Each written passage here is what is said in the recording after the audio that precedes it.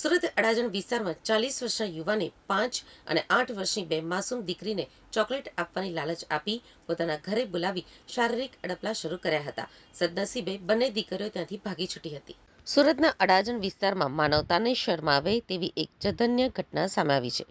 સમગ્ર ઘટના અંગે દીકરીના પરિવારે ફરિયાદ નોંધાવતા પોલીસે આરોપીની અટકાયત કરી વધુ તપાસ હાથ ધરી છે. આ અંગેની પોલીસ પાસેથી મળતી માહિતી મુજબ આ ઘટના શુક્રવારે બપોરે અંદાજે 2 વાગ્યે ઘટી હતી.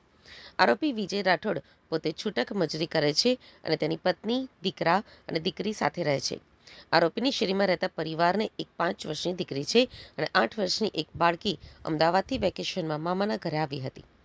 આરોપીએ આ બંને દીકરીઓને ચોકલેટ આપવાના લાલચ આપી હતી અને પોતાના રૂમમાં બોલાવી હતી.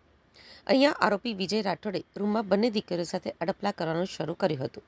ત્યારે 8 વર્ષની દીકરીએ ડર્યા વગર વિજયના હાથમાં જોરદાર બચકું ભરી લીધું હતું.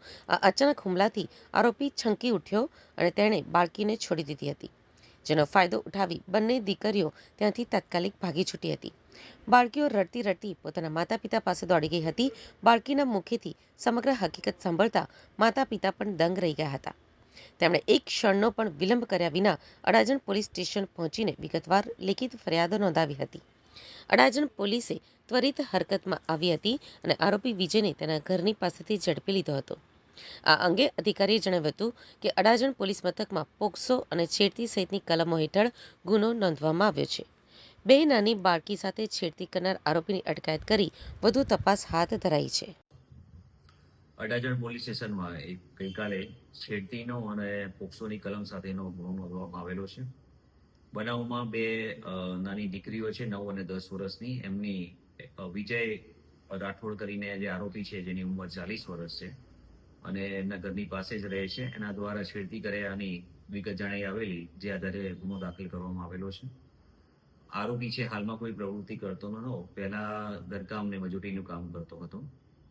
હાલમાં આરોપીને ડિટેન કરવામાં આવેલો છે અને તપાસની આગળની કાર્યવાહી ચાલુમાં છે. સર, કેટલી ગંભીર બાબત, લોકો શું સાવચેતી માતા પિતા રાખે? આમાં જે ધ્યાન રાખવાનું એ છે કે આરોપી છે એને ચોકલેટ આપવાનું કહી અને બંને દીકરીઓ છે એના ઘરે, પોતાના ઘરે લઈ ગયેલો હતો. આથી દરેક જે વાલી છે એમણે પણ પોતાના બાળકોને આ બાબતે સમજ કરવી જોઈએ કે આવી કોઈ લાલચ આપીને આપણને કોઈ વ્યક્તિ કહે તો એની સાથે દોરાવવું નહીં જોઈએ.